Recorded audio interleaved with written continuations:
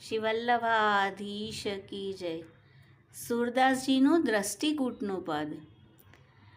સૂરદાસજીના આ પદમાં હરેક કડીમાં એક શબ્દના અલગ અલગ અર્થ આવશે. તો પહેલાં પદ જોઈએ અને પછી તેના અર્થને સમજવાનો પ્રયત્ન કરીએ. દધિસુત વદની રાધિકા દધી મથન નિવારો, દધિસુત દ્રષ્ટિ મેલી દધિસુત મેં, દધિસુતા પતિ કહે સો ન વિચારો.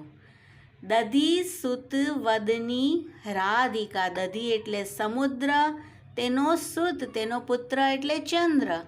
હે ચંદ્રવદની રાધિકા, સખી પધાર્યા છે શ્રી રાધાજી પાસે અને કહે છે હે ચંદ્રવદની રાધિકા, દધી મથન નિવારો, દધી મંથન છોડો એટલે કે દહીંને બિલોવાનું છોડી દો. દધિસુત દ્રષ્ટિ, દધી એટલે સમુદ્ર અને તેનો પુત્ર એટલે અહીંયા થશે અમૃત. સમુદ્રમાંથી અમૃત પ્રગટ થયું હતું. તો આપ અમૃત દ્રષ્ટિ મેલી દધિસુત મેં, ક્યાં રાખી છે? દધીનો પુત્ર એટલે કે દહીંના પુત્ર માખણમાં રાખી છે. દધી સુતા પતિ કહે સો ન વિચારો.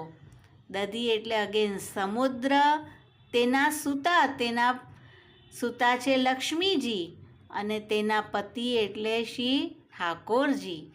કહે સો ન વિચારો, કૃષ્ણ કહે તે સાંભળતા નથી અને આપે આપની દ્રષ્ટિ ક્યાં રાખી છે? માખણમાં. સેકન્ડ તુકમાં, ઘરો છાડી દે ઘરો પકડી લે, ઘરો લતા ઘનશ્યામ સવારે. ઘરો છાડી દે, મથવાના ઘડાને હે રાધિકાજી આપ છોડી દો. ઘરો પકડી લે, જલનો ઘડો પકડી લ્યો.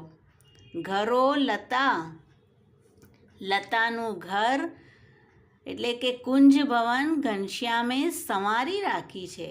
હાર પહેર કે હાર પકડ લે, હાર ગોવર્ધન નાથ નિહારે. હાર પહેર કે એટલે આપ હાર ધારણ કરી લ્યો. હાર પકડ લે, હસ્તમાં માલાજી લઈ લ્યો શ્રી ઠાકોરજીને ધરવા માટે. અને હાર ગોવર્ધન નાથ નિહારે. હાર એટલે માર્ગ, આપનો માર્ગ શ્રી ઠાકોરજી નિહાળી એટલે કે શ્રી ઠાકોરજી આપની રાહ જોઈ રહ્યા છે.